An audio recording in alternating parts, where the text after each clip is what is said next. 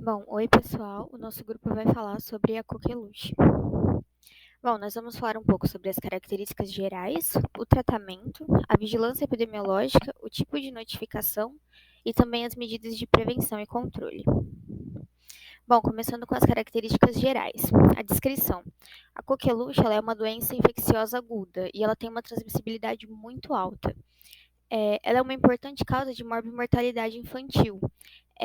Quando uma criança de até 6 meses contrai essa doença, a chance de mortalidade é muito alta. E ela compromete especificamente o aparelho respiratório, que seria a traqueia e os brônquios. O agente etiológico é o Bordetella pertussis, que é um cocobacilo gram-negativo. A transmissão ela ocorre através do contato de gotículas de secreção da orofaringe, ou seja, a saliva na hora que a gente fala, ou tosse ou espirra, pode causar essa transmissão. O período de incubação dele é de uma média de 5 a 10 dias, mas pode variar de acordo com a pessoa, de acordo com o organismo, podendo estar ali entre 4 a 21 dias. E o período de transmissibilidade, ele ocorre do 5º dia após a exposição do doente até a 3ª semana do início das crises paroxísticas. Essas crises paroxísticas vão ser acessos de tosse bem desconfortáveis, bem secas e bem repentinas. A suscetibilidade e a imunidade. Todos nós somos suscetíveis à doença. Ela não tem uma característica em específica. E falando sobre a imunidade, quando a gente adquire a doença, nosso próprio organismo vai desenvolver uma imunidade contra ela para um próximo contato. Mas essa imunidade ela não é permanente. Ou então ela pode ser através da vacina, que nós temos que ter no mínimo 3 doses com a vacina pentavalente e os reforços da vacina tríplice bacteriana. O diagnóstico laboratorial, ele vai ser realizado mediante o isolamento do agente etiológico e vai fazer a cultura do material colhido na nasofaringe. É como se fosse o PCR feito na detecção do COVID. As manifestações clínicas, elas vão se dividir em 3 fases. A fase catarral, ela vai ocorrer de 1 a 2 semanas e começa com algumas manifestações respiratórias e alguns sintomas mais leves. Ela é uma febre um pouco intensa, um mal-estar geral, coriza e tosse seca. E ao longo das fases, essa tosse vai ficando mais intensa. Na fase paroxística, geralmente ela pode ser afebril ou então com uma febre bem baixinha. E aí a gente vai ter uma tosse caracterizada por uma crise súbita, incontrolável, rápida e curta.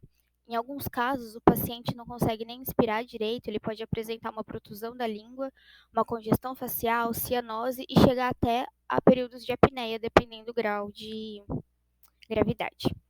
E, por fim, a fase de convalescença, onde os paroxismos de tosse desaparecem e dão lugar a episódios de tosse comum.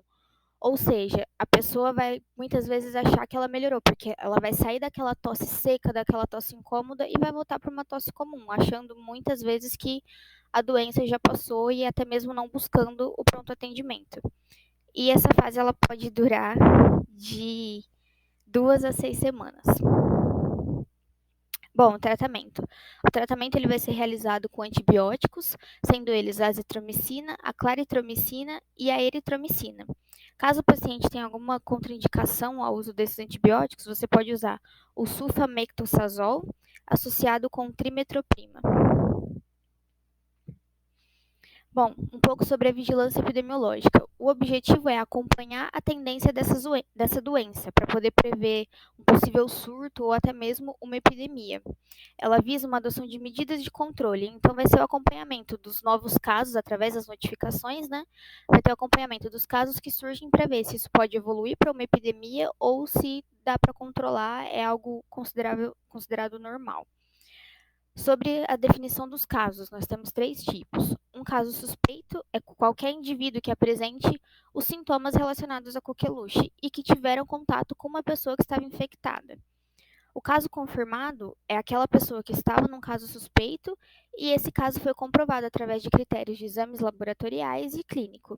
E o caso descartado é onde o indivíduo vai passar por esse caso suspeito, vai ser realizados os exames e foi comprovado de que ele não estava infectado. Então, esse caso vai ser descartado. A notificação. A coqueluche é uma doença de notificação compulsória, então ela deve ser registrada no site do SINAM através do preenchimento da ficha de investigação da coqueluche.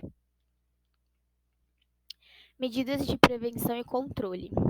Nós vamos falar sobre a imunização e a vacinação seletiva. A imunização é feita através das vacinas penta e tríplice bacteriana e devem ser aplicadas nas crianças.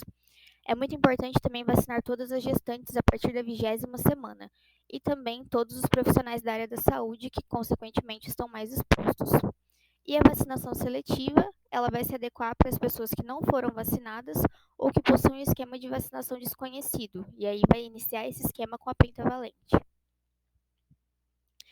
Vigilância da coqueluche em situação de surto ou epidemia. Isso vai ser importante porque, a partir do momento que o sistema de saúde faz a notificação dessa doença, a vigilância epidemiológica ela pode fazer um acompanhamento da evolução desses casos e poder prever se nós vamos ter um surto, se vai ser uma epidemia e acompanhar e ter um controle também para poder elaborar medidas preventivas.